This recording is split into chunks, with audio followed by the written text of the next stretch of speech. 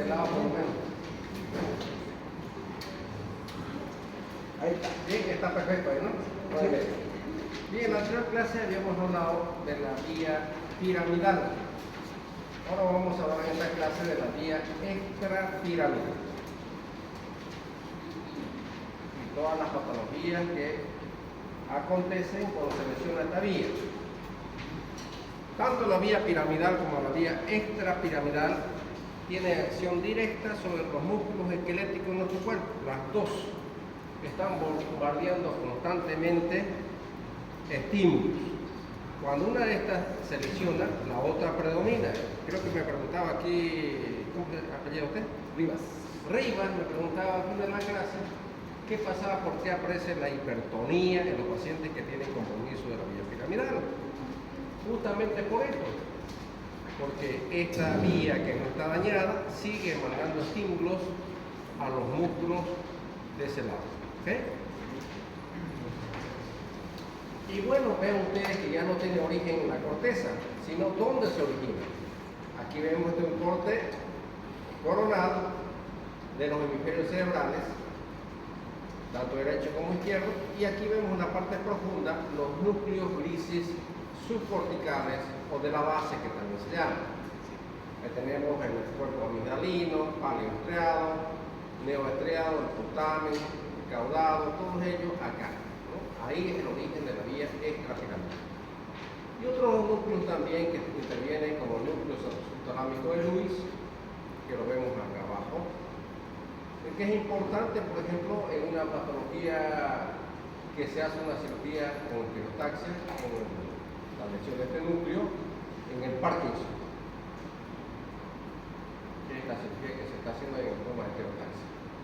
Tenemos la sustancia negra, aquí lo vemos la sustancia negra, el núcleo rojo, todo eso forma parte de la vía extrapiramidal, la sustancia reticular, las olivas en el bulbo y los núcleos dentados del cerebelo.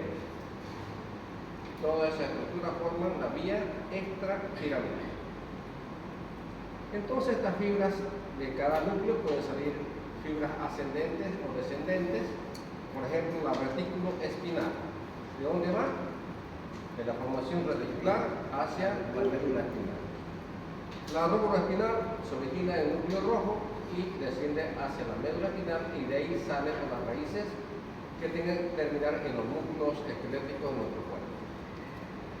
Y así todo lo que es vestíbulo espinal, de los músculos vestibulares, texto espinal de los tubérculos cuadrigemelos y olivo espinal de las olivas.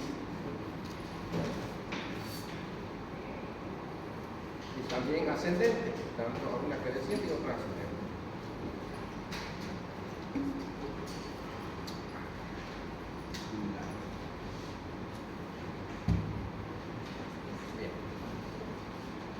Igual que la primera parte que hemos avanzado, la vía piramidal, aquí en la formación de la vía extrapiramidal, empezamos con la inspección. Y si ustedes se fijan en esta imagen, a veces valoramos el contorno, pero esto es lo que vemos, no se va.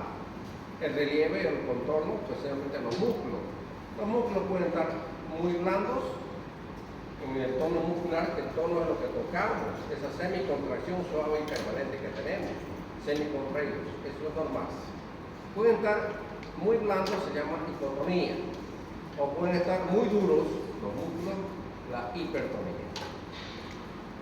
Afecta el tono muscular. A veces también en otros casos, vamos a ver en otras patologías, que hay presencia de movimientos anormales. Por ejemplo, al realizar movimientos automáticos, las hipercinesias. Hiper aumento, cinesia movimiento, ¿verdad? Movimiento exagerado, que vamos a ver en algunas patologías más adelante.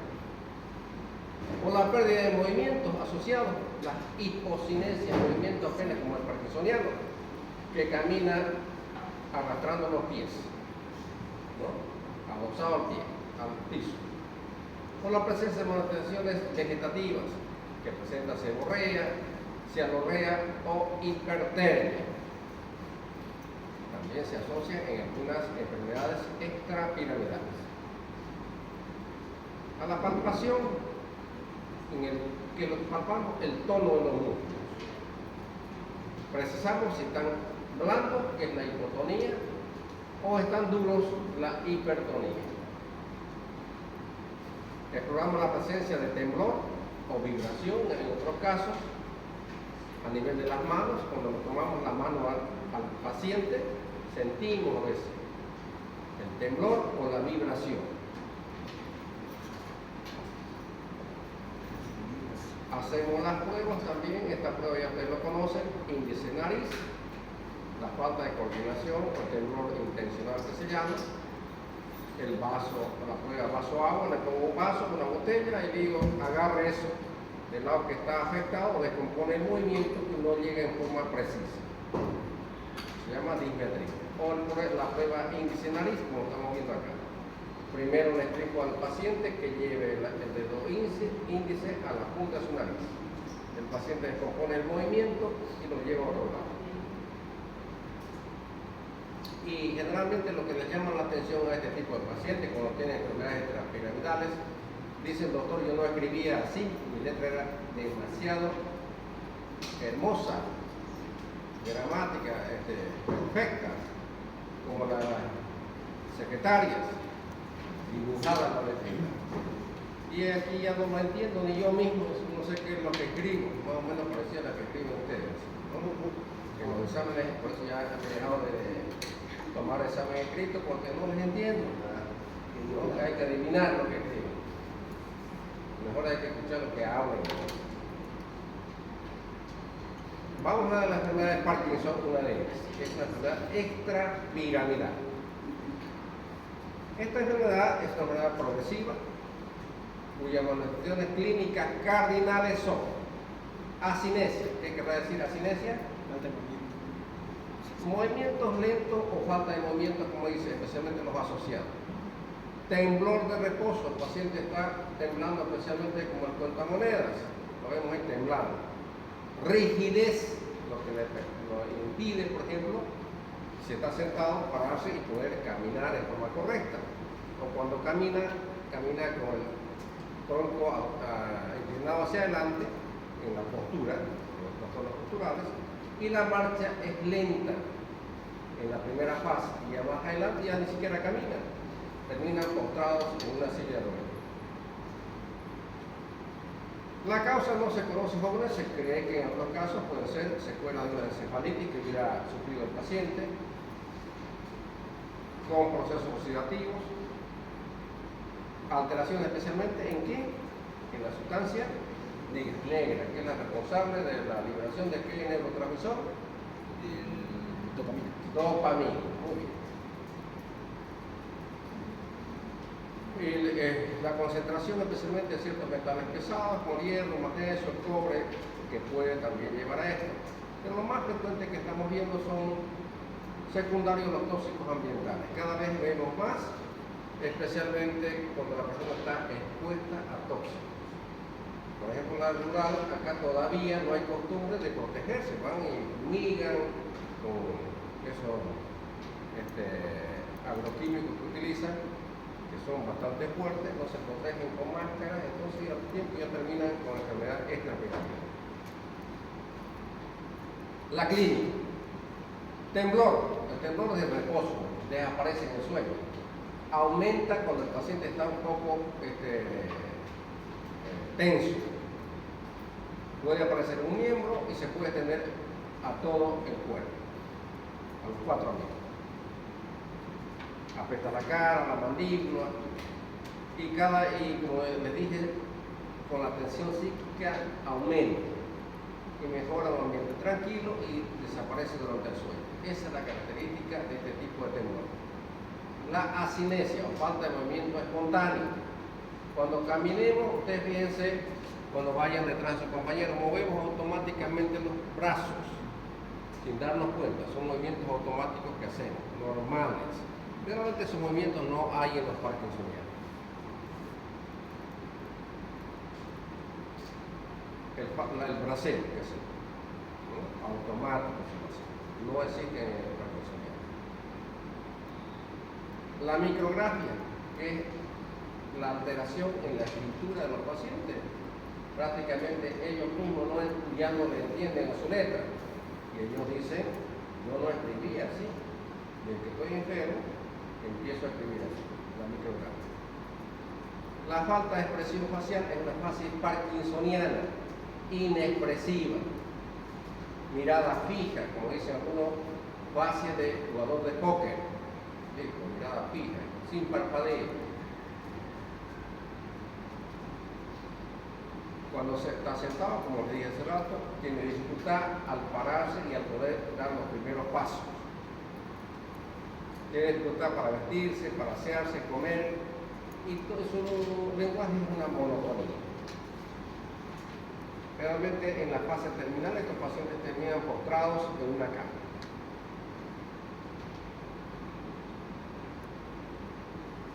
Dificultad para deglutir la saliva, hay hipersecreción salivar porque no deglute, seborrea facial, rigidez en el cuello, en los miembros apretados, al movilizar las articulaciones. Las alteraciones posturales, ya les dije que cuando se paran están inclinados hacia adelante, alteración del equilibrio y las reacciones de enderezamiento. Algunos cursan con depresión, con alteraciones subjetivas, sensitivas de olor, que refieren como ser quemazón o disistesia.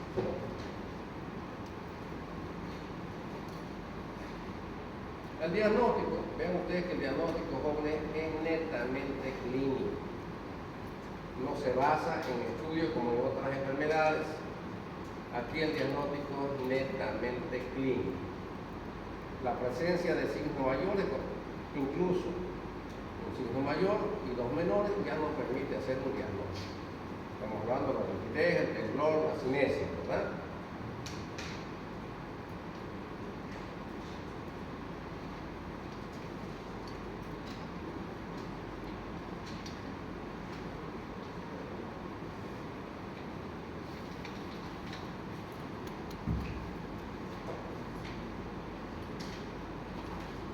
Y el tratamiento en base a los dopaminérgicos, que hay muchísimos. Otra enfermedad extrapiramidal, la enfermedad de Wilson. También se llama degeneración hepatolenticular porque afecta al hígado y al núcleo lenticular.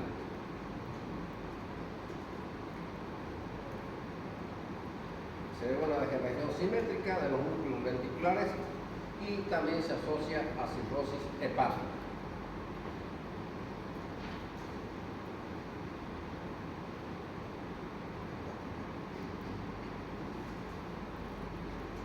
Clínica. Vean, usa también con temblor, pero se asocia a contractura rápidamente progresiva. Disartria, fase misionera también inexpresiva. Y la característica acá está las alteraciones hepáticas que cursan con ictericia, hepatomegalia y a veces con esplenomegalia. Y en la córnea hay lo que es, en la mayoría casi, no en todos, el anillo corneal de Kayser-Fleischer, que se ve en la córnea de estos pacientes. A veces cursan con movimientos proatetóxicos o convulsiones o demencia. El diagnóstico igual se basa en la clínica y en las alteraciones hepáticas.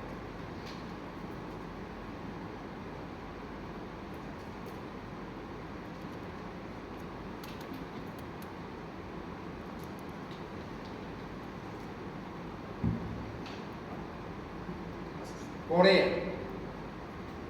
no es el país de Corea, ¿no? Esta es una enfermedad, aunque se escribe igual. La Corea cursa con movimientos desordenados, sin ritmo, bruscos, breves, visibles en los miembros superiores, en el tronco y en la cara, con las famosas muescas. ¿Qué son las muescas? A ver, uno de ustedes que me diga. Son los gestos que hacemos cuando algún compañero queremos hacer un abuno, destrozamos la cara, ¿no? Esas son las muescas. Y estos pacientes, generalmente cuando son niños pequeños, que están cursando con un tipo de esta, como síndrome de Sydenham, que se ve en los pequeños adolescentes, son castigados pues, por sus profesores, porque ellos están moviendo los bracitos, los hombros, haciendo gestos en la parte facial, entonces el profesor piensa que se está portando mal y lo castiga. La corea de Sydenham, esta se asocia a fiebre reumática y es mucho más frecuente en los niños y adolescentes. La corea de Huntington, en cambio, ella es en el adulto, después de los 30 años, y tiene una alteración genética. Y comprometen el núcleo neoestriado en la sustancia negra.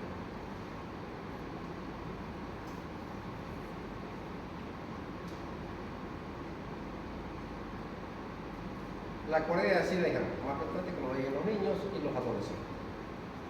En cambio, la Huntington, de origen genético, lo vemos en los adultos ya después de los 30 o 50 años.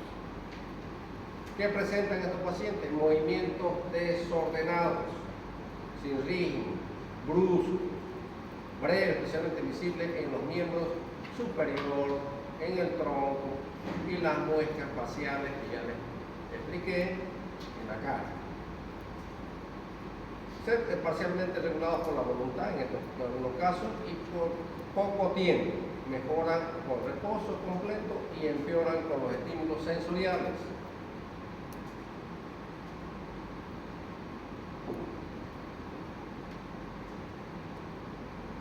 Esa.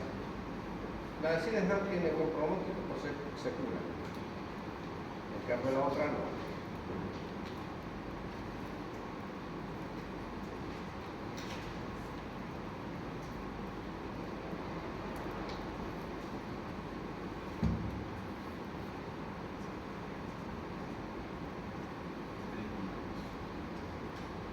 ¿Qué existe? Hipotonía. ¿Qué quiere decir hipotonía, jóvenes?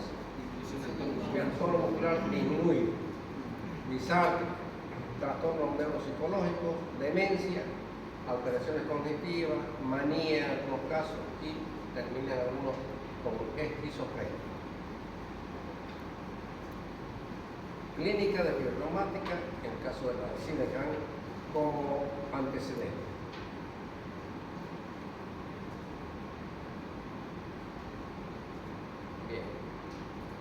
Diagnóstico en base a la historia clínica, vean ustedes, trastornos hipercinéticos con hipotonía y la edad de aparición nos orienta si es de Sydenham o de Huntington.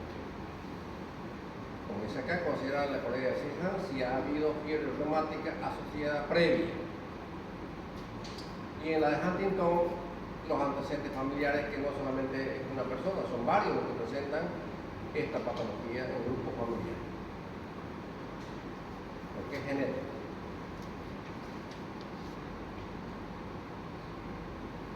El balismo. No sé mucho, pasó las Olimpiadas, ¿no? De ahí viene el nombre de esta enfermedad de balismo, el que lanza la bala, ¿no? Pasó de bala. Aquí hay hipercinesia con hipotonía. ¿Qué es hipercinesia? Aumento. ¿De qué? De los movimientos. Y los músculos blancos. La alteración del cuerpo de Lewis, o subtalámico de Lewis, que generalmente se ve en personas de edad avanzada, que se desencadenan por una hipoxia o por una insuficiencia vascular en las unidades vasculares cerebrales, como la isquemia, provocada por una aterosclerosis.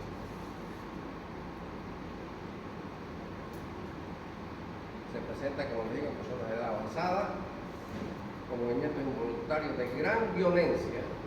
Yo tuve la oportunidad de ver en los dos casos, es muy raro, que con los movimientos que hacen tan bruscamente, como oleadas, se fracturó los huesos de su miembro superior en el borde de la cara. La velocidad como lo desplaza el brazo, ¿no? Bruscamente en los miembros afectados. Como oleaje, hacen como oleaje.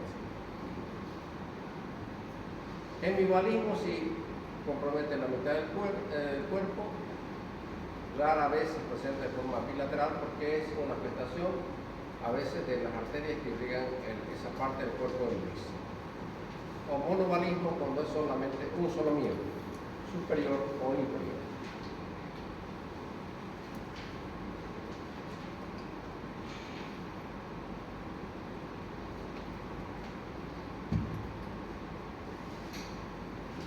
Clínica, entonces, hipotonía, reflejos normales, trastornos psíquicos, agitación y estado convulsional. Diagnóstico por las características de los movimientos, oleadas, y se observa en personas de edad avanzada. Pero todo es clínico. No hay un laboratorio que diga con esto vamos a hacer. La tomografía y la resonancia no podrá demostrar la lesión vascular que ha provocado a ese nivel del núcleo de Lewis.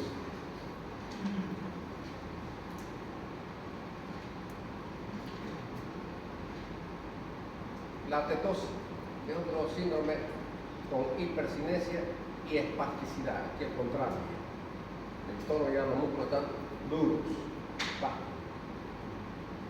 La causa es una hipermovilización a nivel del putamen en el núcleo poblado.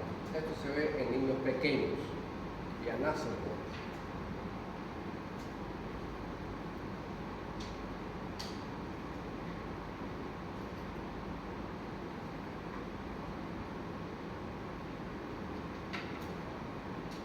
Clínica aparece en los primeros meses de la vida, como dice acá.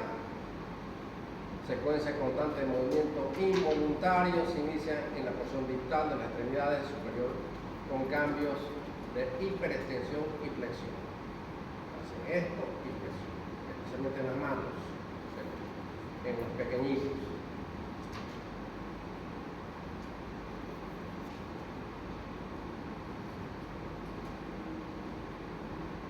La clínica son movimientos sin ritmo, casi continuos, de lugar amplitud, lentos, sin ninguna propiedad, y predominan en los miembros superiores. Ceden en el reposo y la disminución de las aferencias como ser ruidos o la luz. Cuando están en un lugar tranquilo, ceden también estos movimientos. Y aumentan con los movimientos voluntarios en los estímulos externos que se les provoca muchas veces cerca de estos pacientes. El tono disminuido y puede haber disartria, disfagia y alteraciones en la marcha cuando ya están caminando. Pero una vez se acompaña de oligopenia.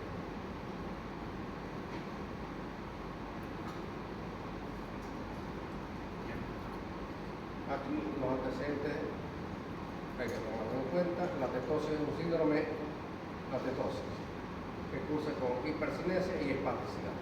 Y las características de los movimientos.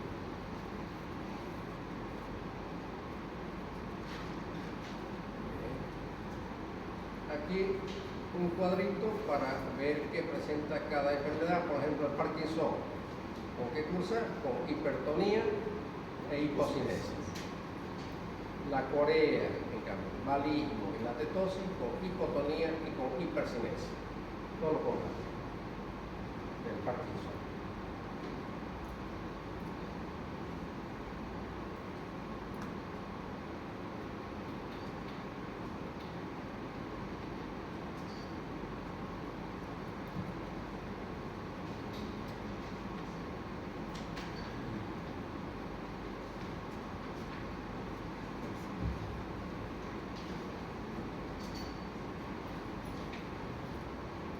Bien, queridos estudiantes, vamos a pasar un poquito más hacia adelante para repasar los temas. Este aquí es un periodo de tema.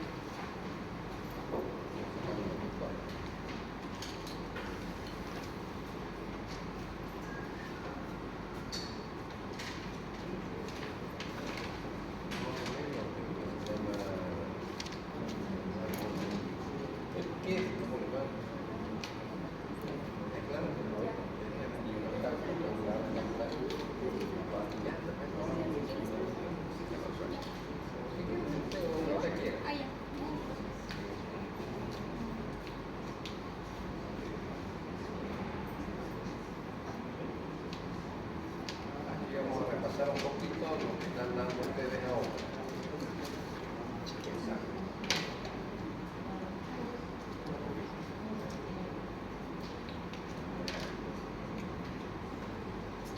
Vamos a hablar de la historia clínica, pero esta vez nos vamos a enfocar más en la historia clínica neurológica. ¿Ya? Pero aquí algunas definiciones de lo que es el concepto de historia clínica. Por ejemplo, la primera es bastante cortita, vean ustedes. Dice que una historia clínica es es un documento médico, legal, que contiene todos los datos psicobiopatológicos de un paciente. Pero la que más, creo que más detallada es esta. La segunda, es la narración escrita, ordenada, clara, precisa y detallada de todos los datos relativos a un enfermo, ya sean estos anteriores y actuales, personales y familiares, que nos van a servir a nosotros los médicos para emitir un juicio definitivo de la enfermedad del paciente que nos está consultando. ¿Listo? Esta es la que más me gusta. La otra dice, cortita también, que es un arte de ver, oír, entender y describir la enfermedad humana. Son definiciones que casi en el fondo es lo mismo, ¿no? Pero esto está más detallado.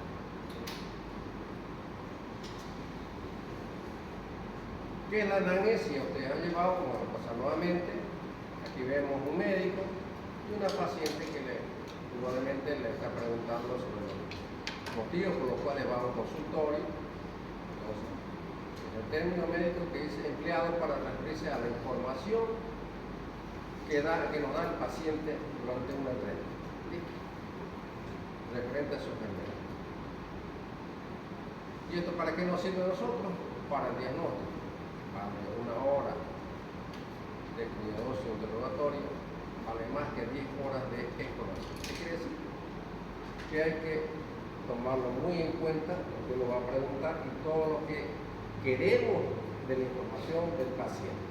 Muchas veces los pacientes se van por otro lado y nosotros tenemos que orientar, buscar lo que nosotros queremos. Es el médico el que tiene que ir preguntando, investigando sobre la enfermedad del paciente. Y por supuesto, para eso necesitamos que el paciente tenga confianza hacia nosotros. Seguridad que nosotros le brindemos al paciente durante ese momento de la entrevista, el aspecto que tenemos que estar vestidos. No podemos ir pues vestidos de cualquier cosa, ¿no?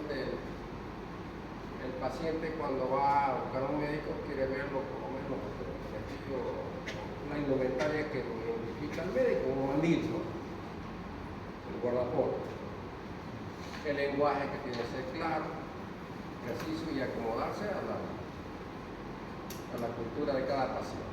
La amabilidad, la forma directa o indirecta que utilizamos en el trato hacia nuestro paciente durante la entrevista.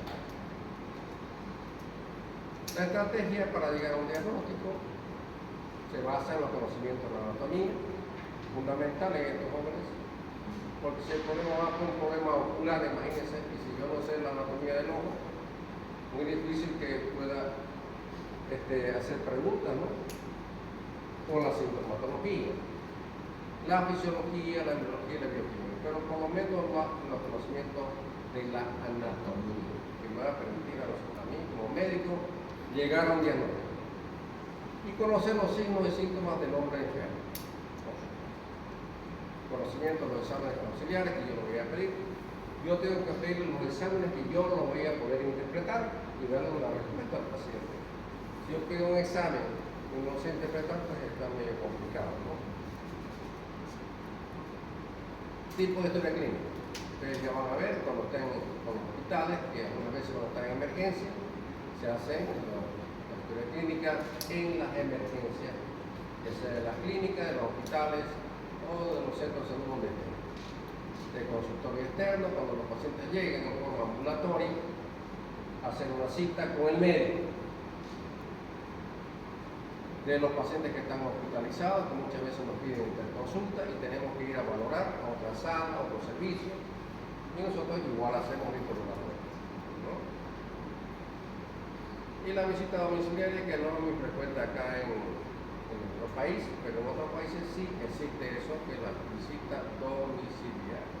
Hay médicos domiciliarios, que es el primer contacto del paciente con el médico domiciliario. Los pacientes pueden ser de todas las edades, pediátricos, geriátricos o, como le dije, todas las edades.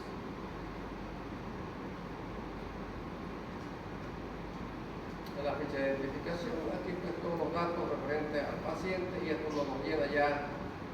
¿Quién nos lo llena, jóvenes? Esta ficha. Nuestra enfermera, pues la enfermera es el brazo derecho del médico. Es la que nos va a colaborar en todo momento. Entonces ella ya nos entrega la ficha completa.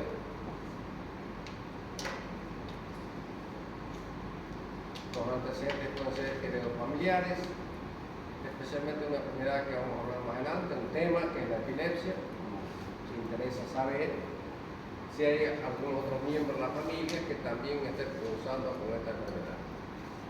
Antecedentes personales no patológicos, personales patológicos, los ginecos obstétricos, especialmente las mujeres, que son importantísimos, pero dirá, bueno, usted es neurólogo y qué tiene que ver con la parte ginecológica. Sí, preguntamos, algunas enfermedades, por ejemplo, vamos a ver más adelante, que hay oligomenorrea asociada a la gastrorrea, por ejemplo, en la paciente joven, entonces, sin estar embarazada, o la amenorrea, la ausencia de los ciclos menstruales, y con gastrorrea. Alteración del tumor en la hipófisis, que es hormonal. Entonces, interesa conocer todos esos datos.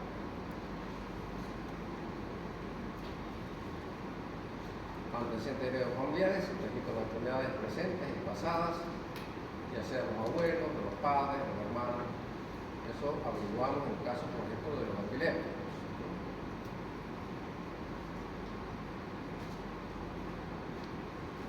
Los patológicos, aquí están ya los tipos de vivienda, las habitaciones, todo eso es generalmente en la área rural. Sabemos que las viviendas son precarias y hay mucha que se llama parásito que vive por ahí en la grieta de las casitas, ¿cómo se llama? La bichuca, muy bien. ¿Qué transmite la bichuca? Entonces, si usted es cardiólogo y al paciente le llega con problemas de cansancio, ¿no? Yo me canso para caminar, una disnea. Entonces, le hacen los estudios interrogatorios, una cardiomegalia muchas veces, entonces, antecedentes cardíacos. Personales patológicos, aquí se pregunta enfermedades de la infancia, si hay alguna prevalencia que tengamos que ver, enfermedades no quirúrgicas, enfermedades quirúrgicas, si hubo accidentes, traumatismos también, fracturas, transfusiones de sangre, alergias o incapacidades. ¿Tiene ginecocéntrico? Pues será la primera menstruación, eso ya lo vamos a llevar en ginecología, simplemente aquí no adelante. Los próximos años llevan en ginecología, ¿no? Y la menopausia, todo eso, ya eso es ginecología. Padecimiento actual. Esta es la parte más importante en la historia clínica, porque aquí vamos a preguntar de qué. Del motivo que lo lleva al paciente a la consulta, ya sea un hospital o una clínica, que es la enfermedad que está cursando, la enfermedad actual. Aquí señalamos los signos y síntomas que manifiesta el paciente, como cefalea, náuseas, vómitos, fiebre, rigidez de nuca, Kerner, brucín, todo lo que tenga el paciente como sintomatología. Todo. El inicio fue agudo, allá nos orienta que es vascular, o fue progresivo, la enfermedad de varios meses, varios años, entonces es diferente. La cuestión física general, la ocultación nosotros solamente realizamos a qué nivel, aquí en el cuello, los grandes espacios del cuello, buscando que soplos, a veces por esterosis de las carótidas, ¿no? Entonces ya nos orienta eso que el paciente está pulsando un problema y palpando también.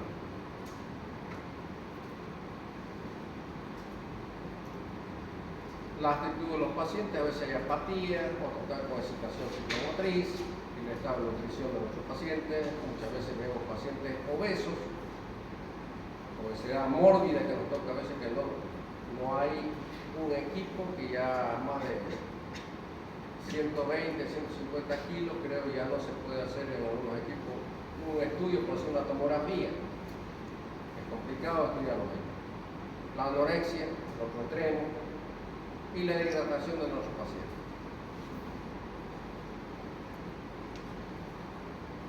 Los signos vitales, que también nos anotan nuestra enfermera, la temperatura, el pulso, la frecuencia cardíaca, la frecuencia respiratoria, todo eso ya en la ficha técnica que nos pasa la enfermera. O sea, hay que llevarse bien con la enfermera porque ella es la que nos va a corroborar que está más tiempo con el paciente, administra los medicamentos, nos informa toda la evolución del paciente y nos va a estar consultando en cualquier momento que haya necesidad.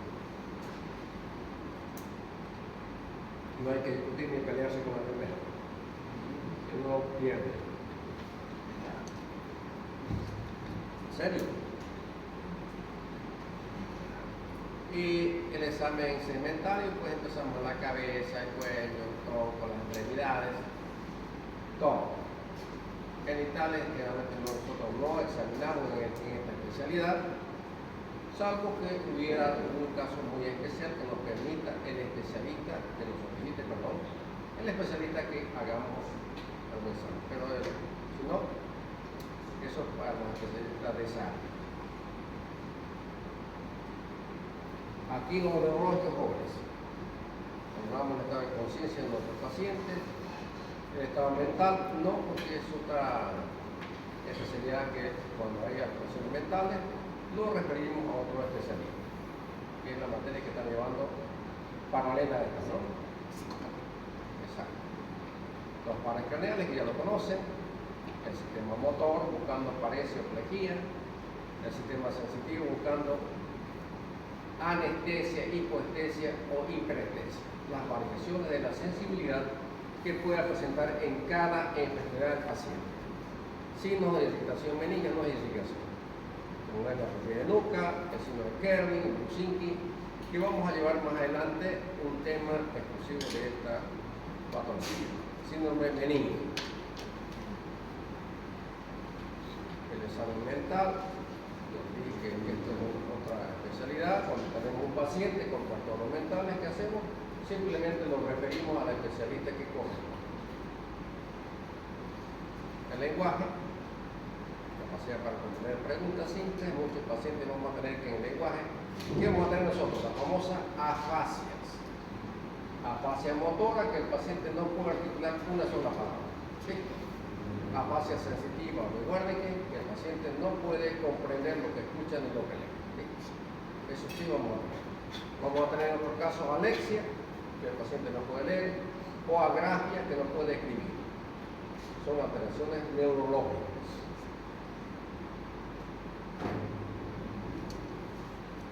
La memoria, capacidad para aprender cosas nuevas, de hechos remotos o hechos recientes. Funciones cognitivas superiores, como hacer pensamiento abstracto, comparaciones, diferencias en contenido de refranes que se puede poner el ejemplo a los pacientes. El cálculo aritmético es el más fácil, haciéndolo sumar de 2 en 2 hasta 10 o hasta 20 si ustedes quieren, y a la inversa, lo aritmético, para ver cómo está su capacidad del paciente. O un dibujo, y hago un dibujo y que el paciente haga lo mismo en una hoja de papel. Y los pares craneales jóvenes. Aquí lo que nos interesa. Los 12 pares craneales que son parte de qué son? Del periférico. Del periférico, sistema nervioso periférico. Los sensitivos, tenemos el olfatorio, el óptico y el estatus acústico. Los motores, motor ocular común, el patético, el motor ocular externo, espinal e hipógloso. Mixtos, el trigémino, el facial, los faringio y vago.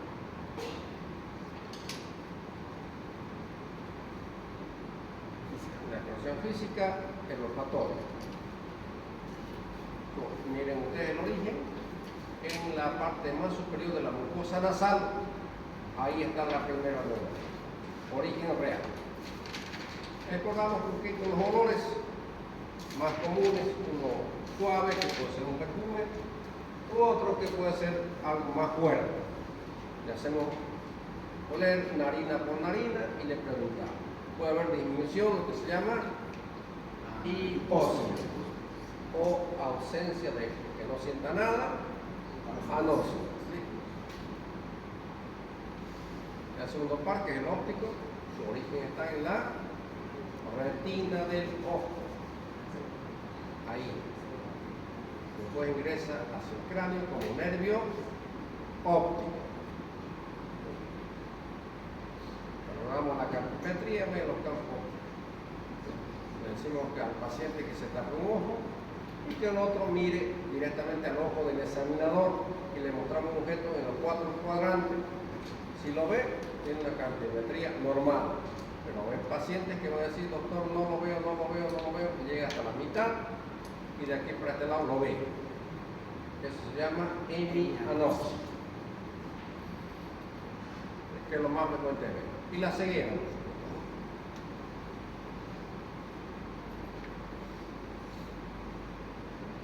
La agudeza visual con otro tipo de nervio, el fondo de ojo o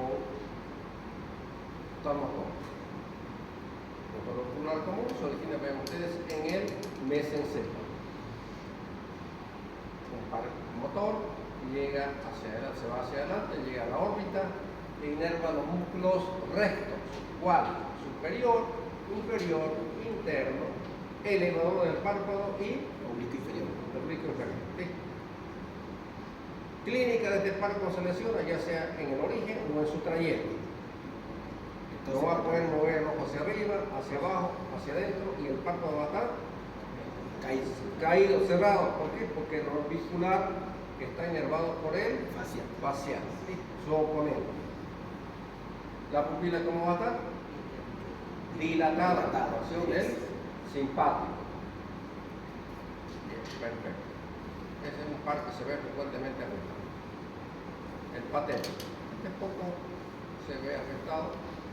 Su parálisis produce una hoja de desviación hacia adentro y hacia arriba.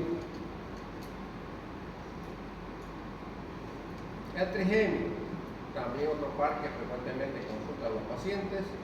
Las 3 ramas. La rama oftálmica, la maxilar superior, que son sensitivas, y la mandibular o maxilar inferior, que es mixta. Las 3 ramas de la. Esta rama es mixta. Las 2 primeras probamos la sensibilidad en la frente, en la parte media de la cara y en la parte inferior. Las alteraciones sensitivas, ¿cómo se llaman? Hipoestesia, cuando está disminuido. Anestesia, cuando no siente nada. Además, llevan ustedes una materia, como se nota. Hiperestesia. E hiperestesia, cuando está aumentada la sensibilidad. Y la rama motora de este par, la tercera rama, inerva los músculos de la masticación. ¿Cuáles son? El macetero, temporal y intermedio. Exacto. Motor ocular externo inerva un solo músculo, el resto externo del ojo. Cuando se afecta este par, vean ustedes, el ojo se encuentra desviado hacia adentro. El resto interno lo lleva al ojo hacia la parte interna. Y el paciente, cada vez que mira hacia ese lado, va a tener visión doble, que se denomina diplopía.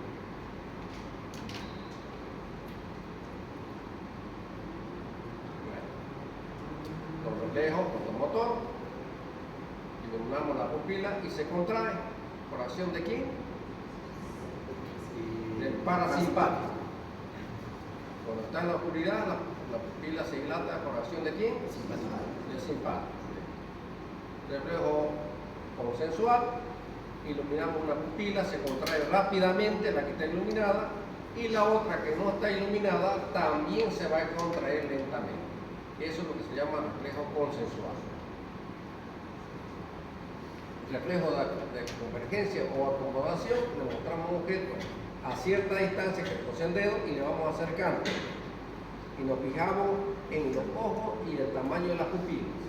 Y vemos que las pupilas también se achican. Y los ojos convergen hacia la parte central de los ojos.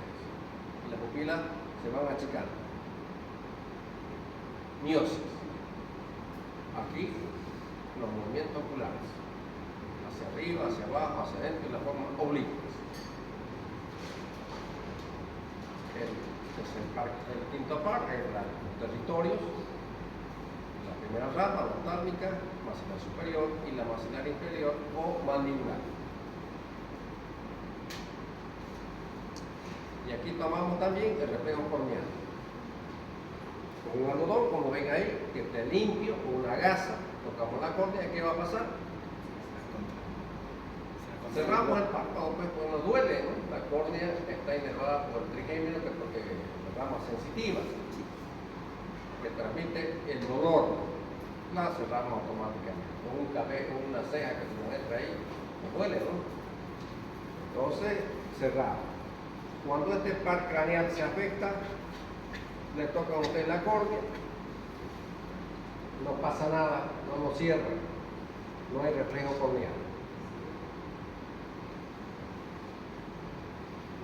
El facial, un par mixto también, ustedes se origina en la protuberancia y sale por agujero estilo mastoideo y su rama motora va a inervar todos los músculos faciales, todos los músculos de la mímica y de la expresión facial.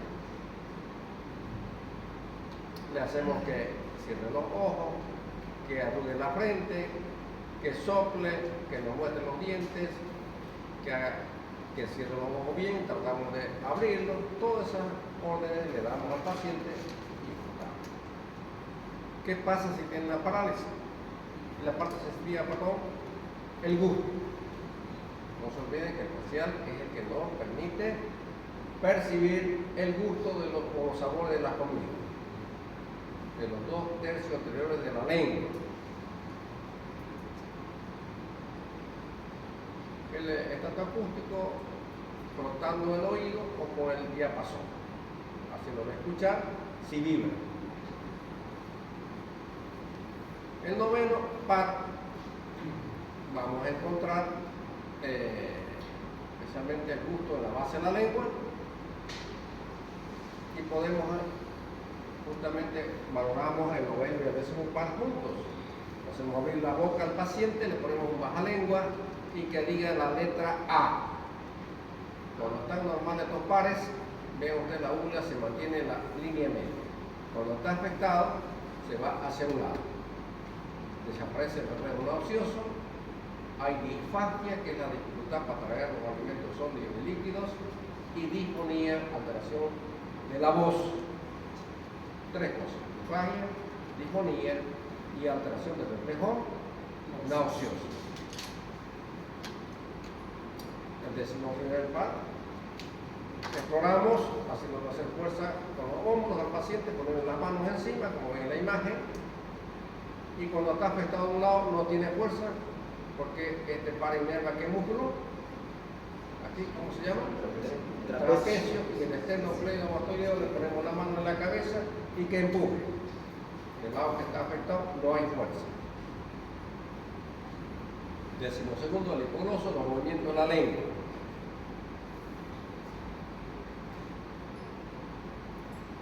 ¿Qué más?